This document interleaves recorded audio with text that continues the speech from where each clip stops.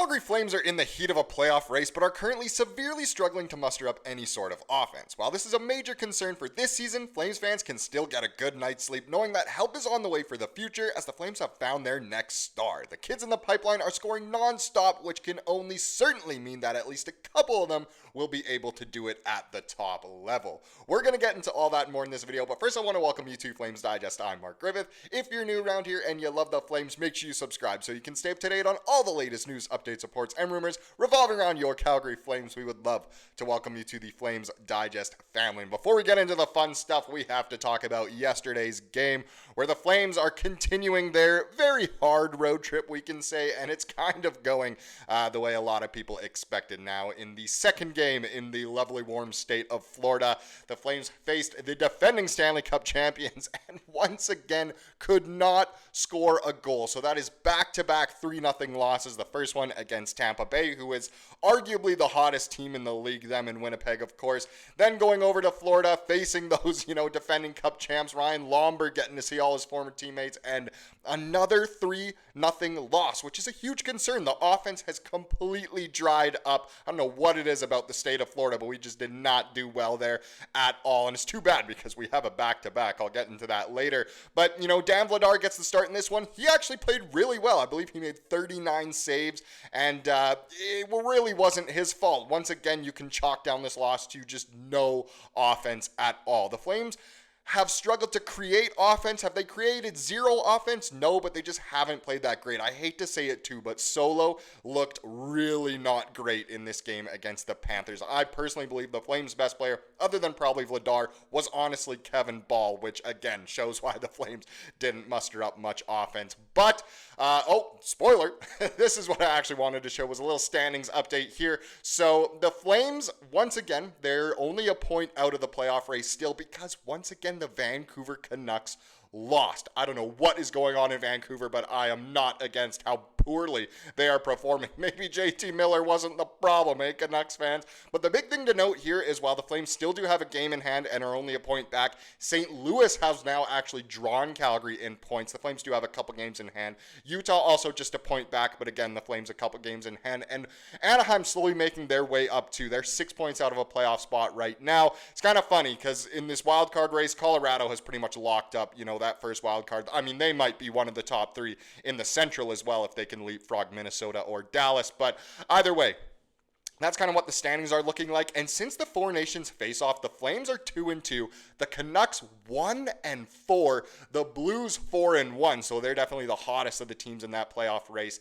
And Utah, the hockey club, that's still ridiculous that that's their name. They are 3-2 as the Canucks lost 6-3 to Seattle yesterday. And the Canucks are funny because, look, Ilya Sorokin has more goals this month than Elias Pettersson, which is pretty hilarious. But I mean in the past month, not just in March. But it's ridiculous. The Canucks, I don't know what's going on. They're struggling right now. Quinn Hughes could potentially be hurt. He didn't play the last 10 minutes or so in yesterday's game. So the Flames really have a good chance to leapfrog the Canucks here if they could just muster up any sort of offense. But we'll get into today's game a little bit later in this video because first we have to talk about how Parekh is on fire. And talking about Zane Parekh is arguably a Flames fan's favorite thing to do these days, especially just the way the team's performing lately. But either way, Zane Parekh is absolutely incredible. I can't remember a time we had a prospect this dang good. And here's a great little screenshot here from the Flames Reddit. So Zane Parekh is the OHL Defenseman of the Month for the second straight month. So he got it for February after racking up 31 points over 14 games. Yes, a defenseman averaged over 2 points per game for an entire month. He has been absolutely on fire since he got rejected by the Canadian World Junior team. Now, as you can see here, the OHL Defenseman of the Month, Zane Parekh, 14 games played, 7 goals, 24 assists for 31 points, and a plus 16 on a Saginaw team that, isn't exactly a powerhouse, but not bad either, and he is certainly a reason why they are winning so much.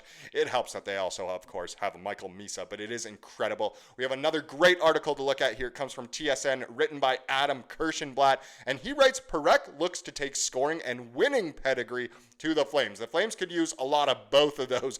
Maybe, I mean, it would be nice right now, but definitely in the future when Parekh is ready to hit his prime. But when the Calgary Flames drafted Zane Parekh with the 9th overall pick in the NHL draft last June, they were acquiring one of the most unique defensemen in the Canadian Hockey League.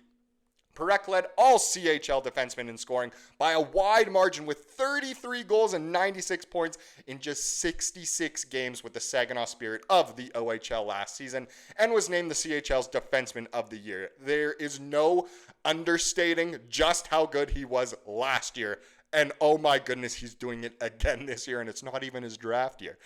He has continued his strong scoring pace at the major junior level this season, leading defenseman once again with 29 goals and 88 points in 53 games. If you weren't excited about this guy, if you hadn't thought the Flames found their next star, well, guess what? They certainly did. 88 points in 53 games as a defenseman is absolutely ludicrous. He is also 1 goal away from joining Bobby Orr as the only defenseman to record multiple 30-goal seasons in OHL history. Let me repeat, or at least go over that again. Zane Parekh was just mentioned in the same breath as Bobby Orr. If Zane Parekh is getting comparisons to Bobby Orr, oh my goodness, we can definitely say we found our next star, and you can get excited about this guy. He is 1 goal away from joining Bobby Orr as the only defenseman to record multiple 30-goal seasons in OHL history. Oh my goodness, that is absolutely crazy. Parekh is ranked number 5 on TSN's Director of Scouting Craig Button's top 50 NHL affiliated prospects list due to his offensive dominance and winning pedigree. 2 things that we definitely would like to see at the NHL level. Here's a quote from Zane himself. "I'm a pretty dynamic defenseman," said Parekh. "I'm someone who likes to create plays on the blue line, push the pace, and quarterback the power play." Well, that's something we could definitely use.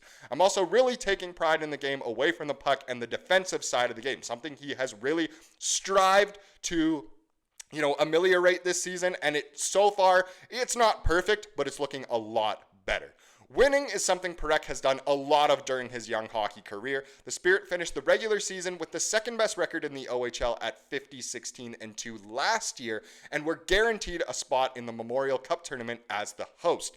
After a grueling 2 rounds against the Owen Sound Attack and Sioux Greyhounds, the Spirit were eliminated in 6 games by the London Knights in the Western Conference Final, which pushed Saginaw to work harder in preparations for the Memorial Cup. So, didn't quite make it into the OHL Finals, but we all know that they had the Memorial Cup on their mind. So Saginaw started the Memorial Cup strong, going 2-1 in the round robin, and then routed the Western League champion Moose Jaw Warriors 7-1 in the semifinals to set up a rematch with the Knights in the final. The Spirit took an early 3-0 lead in the championship game before London clawed their way back into a tie with less than 10 minutes remaining in the third period. Vancouver Canucks prospect Josh Bloom played the hero by scoring the game-winning goal with 22 seconds remaining as Saginaw finally overcame London and won their first Memorial Cup in franchise history. Well, something positive about the Canucks in an article about the Flames?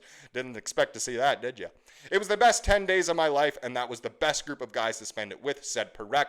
"The fact was that we beat London and won with 20 seconds left was a storybook ending. You couldn't script that any better." He knows how to win. He loves winning, and I'm sure he wants to continue doing that with the Calgary Flames. He believes his shortened offseason due to the Memorial Cup, the NHL Draft Combine, and all the activity surrounding the draft itself left him not as prepared as he would have liked entering his first training camp at the NHL. As we know, Parekh didn't exactly wow at the training camp in the way a lot of people thought he would, but he has said throughout the course of this season that his goal for next year is to make the Flames. Just be really good in training camp, make the team out of camp, have a really good preseason as well. Here's a little quote from him again. "I struggled a bit because I couldn't get my feet under me, and I think I wasn't prepared enough for what I was getting into," said Parekh.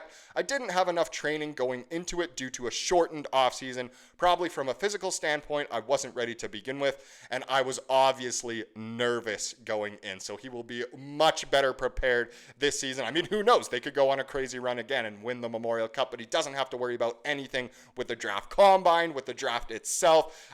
Maybe he'll be in, our prospects tournament. I assume he would be, and then going into training camp as well. I'm sure he's going to take care of himself this offseason and be super ready to try and make the team. But, I mean, it is so safe to say the Flames have found their next star. It still boggles my mind that he is drawing comparisons to Bobby or absolutely crazy. I hope that puts a smile on your face. Now let's get into today's game, where the Flames, of course, do continue their grueling road trip, and this time they head over to Raleigh to face the Carolina Hurricanes. This goes at 3 p.m. Calgary time, 5 p.m. local time over there in Carolina. And it's going to be another tough one. I mean, it's a back-to-back. The Flames have looked terrible in the latter half of back-to-backs this season. Interesting that they finally give Vladar the first of those games. You'd assume Dustin Wolf is getting the start here against the Canes. So should be an interesting one. I mean, I do not expect the Flames to win this game. I really do not at all. But I just hope and pray that they can score a gosh darn goal. I think that's what we'd all like to see at this point. Even if it's, a guy like Kevin Ball stepping up to finally do it. We need a goal to get this playoff race going again. Now let's wrap up this video with the comment of the day, as we love to do here on the channel. And this one, I thought it was a decently funny comment here. And it's funny because it came after the game against Tampa, and Cody said, "Can't win them all, gotta lose some games to stay humble. Go Flames, go." Well, the Flames certainly took that to heart and decided to lose again in Florida. And honestly, I really hope they beat the Canes today, but I could honestly see another loss coming on this terrible, awful road trip they're going on. I still can't believe we beat Washington at all, but it is true. The Flames clearly are just staying humble in this Western Conference playoff race, and hopefully that's all it is. They'll get some wins as soon as they're back at home.